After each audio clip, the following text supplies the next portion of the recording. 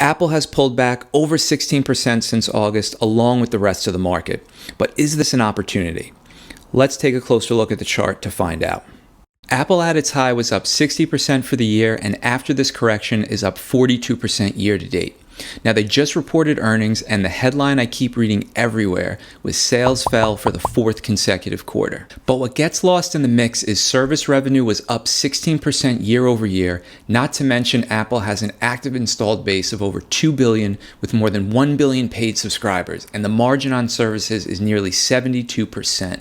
The relative strength in Apple has been noteworthy, and along with Nvidia, it's the only stock in the Mag 7 to make a new all-time high. Now, all the major indices failed to do this, and I almost never hear this being spoken about.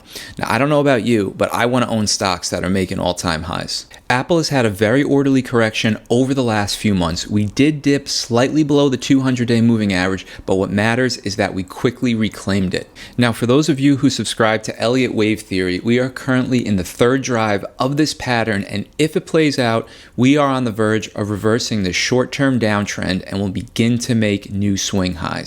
So to confirm we have come out of this corrective downtrend and a new bull trend is forming, we are looking for two things. First, on the next pullback, we are looking to make a higher swing low, which means we need to stay above 165. And two, on the next up move, we are looking to make a new swing high above 180.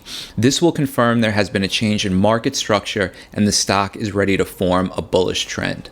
Looking at the fib retracement of this move, we didn't quite pull back to the golden zone, which is where I generally like to buy pullbacks. However, we retraced almost 50% of the move, which usually constitutes an average correction. Now, I totally get the knock on Apple that it is expensive, but given that it is essentially a staple in all of our lives, I think it deserves to trade similar to a consumer staple stock. Now, these stocks generally have PEs in the mid to high 20s with single-digit revenue growth. Not to mention, Apple has been incredibly generous to their shareholder base, buying back massive amounts of stock and paying a dividend.